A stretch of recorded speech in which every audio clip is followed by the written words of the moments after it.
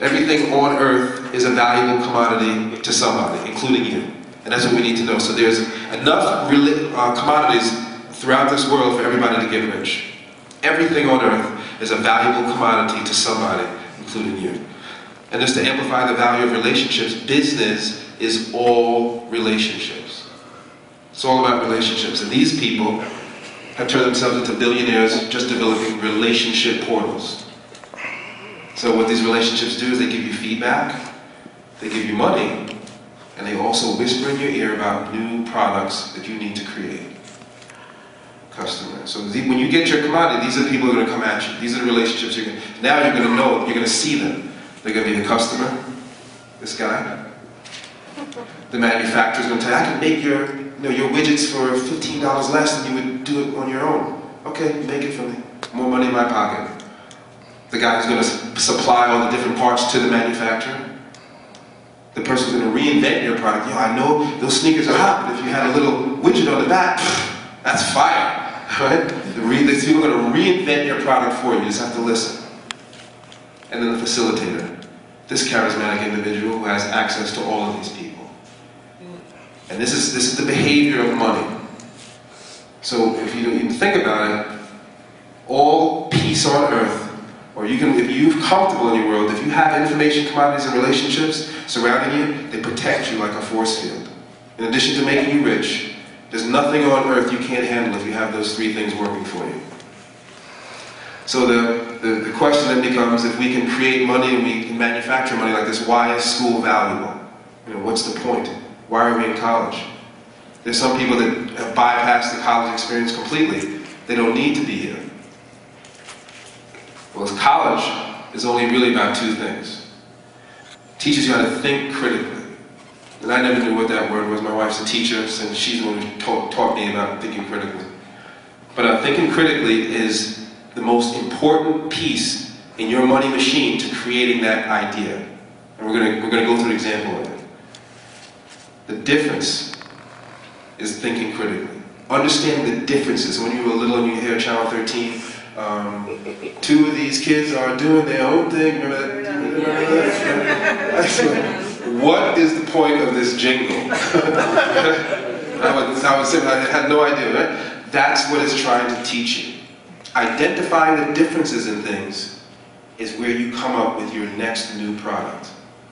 So we have Ludacris, and we have, who else? Lil' Kim, hypothetically, right? The CEO of Def Jam is selling millions of their albums, but all of a sudden, somebody from the Dirty South comes along, and the Dirty South is outselling the both of them, and he's like, Jesus Christ, my revenues are sinking, plummeting. We got to come up with somebody new. Identifies the difference between them, and who does he? 50 Cent. He's a New Yorker, but he sounds Southern. His revenues are back up. He's selling. The difference. That's what college teaches you to do. Everything you're doing in college, and I'm speaking out to the kids in college, is here designing you, reinventing you as a money machine. This school is a money machine. As reinventing human beings. It's designed to teach you how to identify the difference. If you can do that, you can create forever.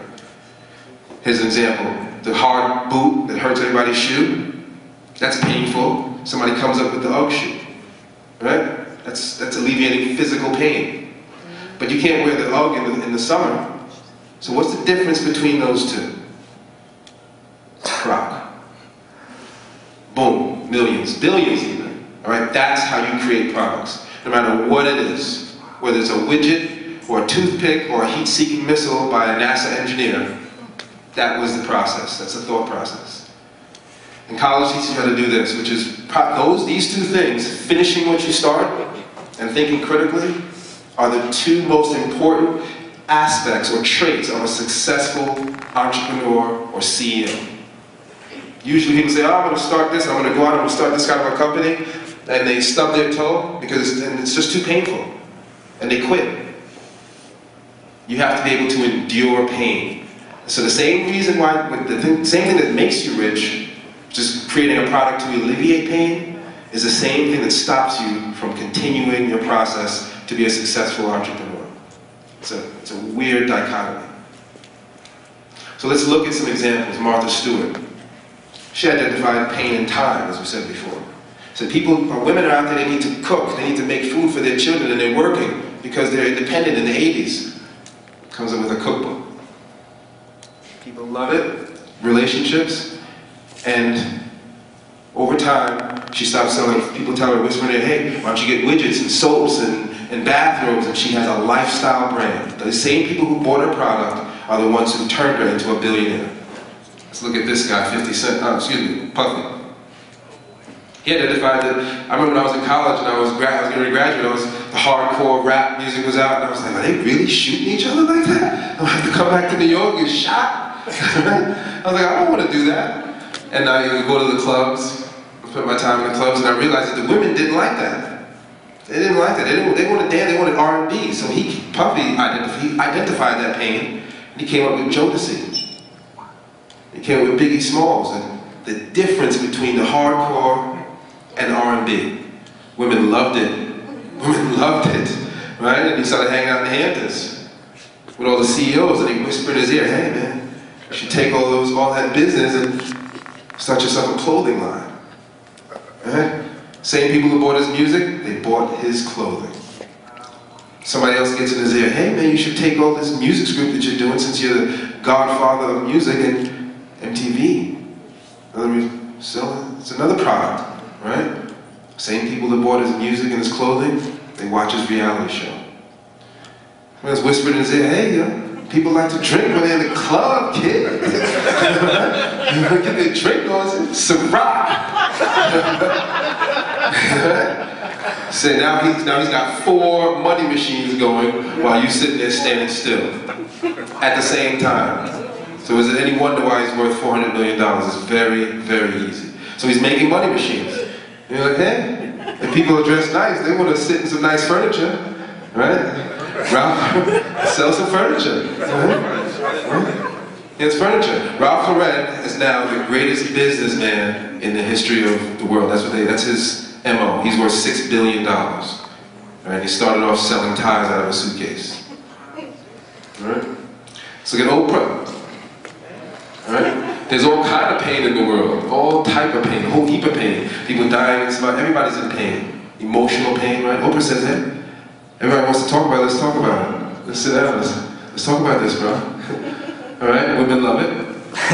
She says, you know what? I'm gonna start cloning myself, I'm gonna recreate myself. Instead of just me, what about all kind of people, right? Instead of what if? Same people that bought her stuff, stop buying, right? She does it again. Hey, people want to cook. I'm gonna jump into Martha Stewart's demographic, take her money too. Take that money too. Same people love it. And she said, you know what? I'm tired of Channel 7. All right, they don't respect me. I put Barack Obama in office. It's my time. I own.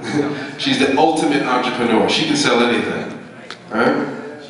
And that's how she did it. This is how it's done. This is the manufacturing, the organic manufacturing of money.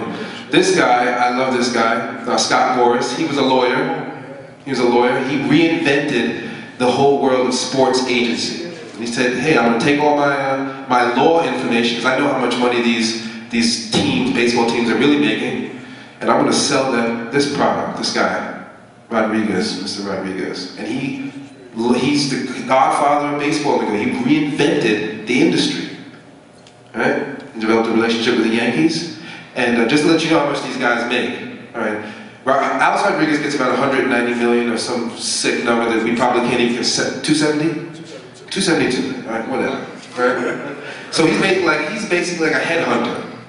He gets 90% of Alex Rodriguez's first year salary. 90%. So when these recruiters call you to get you a job, understand that they're making, just off of you, selling you as a product, they're making your salary just to sell you. All right? This guy, just to let you know that this is doable, this guy is called the famed taxi cab billionaire. He started off as a taxi cab driver, right? Motivated totally by money. Came to the United States in the 70s. And people don't want to drive, I'm going to drive people around, right? Somebody whispers there, hey, you should take all this money you're making, drive people around. And everybody wants a cell phone, start an electronics store, dumps all this money in electronics, right? People love it, people want to be on their phone, because emotionally, nobody wants to be alone. So I'm on my phone, I'm texting. That's even, imagine you can't get to your phone on a daily basis. You will go into emotional withdrawal, right? You will be in serious pain. You showed up in pain, right? Someone whispers in his ear, take all that money you made selling people electronics, dump it into fertilizer stock. Because people are always going to be in hunger pain, right? They're going to eat. Because that physical pain will make you emotional. You snap at somebody if you're I'm hungry right now, right? People develop a relationship with these stockbrokers. These stockbrokers are into valuations of products. They'll tell you exactly what's valuable from 1 second to the next. Because remember, value is then going up and down. Up, you get a free book. Right? You get a free book. Okay? They tell them, hey, take all that money you made for buying and selling fertilizer stock and dump it into real estate, because people are always going to need protection from life's elements in real estate. He dumps it, and when the economy comes out of recession, he dumps all that real estate, $3 billion man. All right? Last but not least, this guy. I remember when I first saw him on the, he was in a billboard, I was like, who put me on and shot me? What have I done now? But I really like him because he turned himself into a thug, into a businessman. He's almost a billionaire, just to let you know. He's almost there. All right? Now, in the ghetto, in the hood, in our neighborhoods, we don't really have respect for information. See, you say the word information, people yawn, information. All right? Information is sleep time.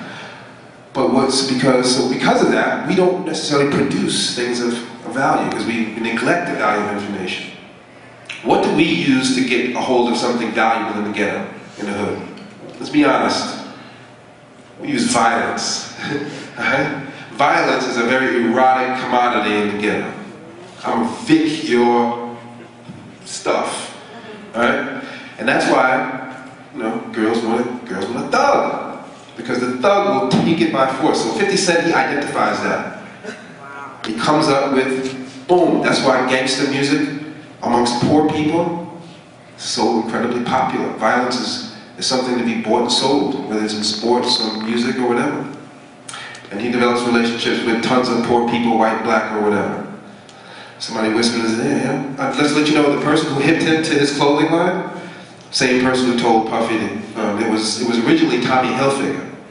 He had an entertainment lawyer who set up all of the licensing deals. Tommy Hilfiger told Puffy, hey, go talk to my lawyer, he'll set you up with a licensing deal. Tommy Hilfiger didn't know that Puffy's going to put him out of business. The same entertainment lawyer that they hang out in the Hamptons with hipped 50 Cent to his clothing line deal with G-Unit.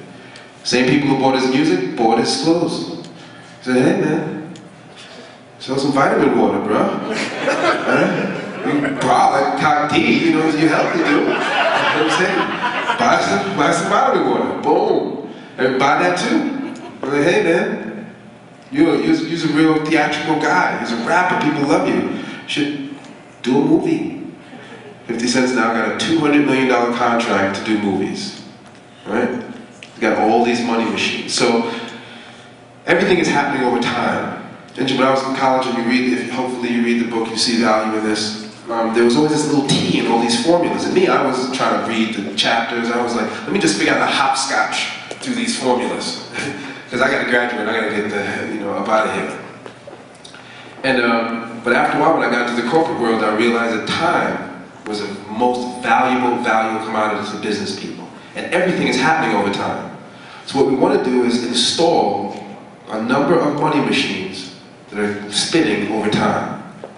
Right? That's your job, to have about 5 or 6 of them working at the same time. So if you look at this first one, what you see here is the element, and the value of each part of the machine dictates how fast or slow your machine spins around. So if you have information that's not really valuable, your machine's going to spin kind of slow.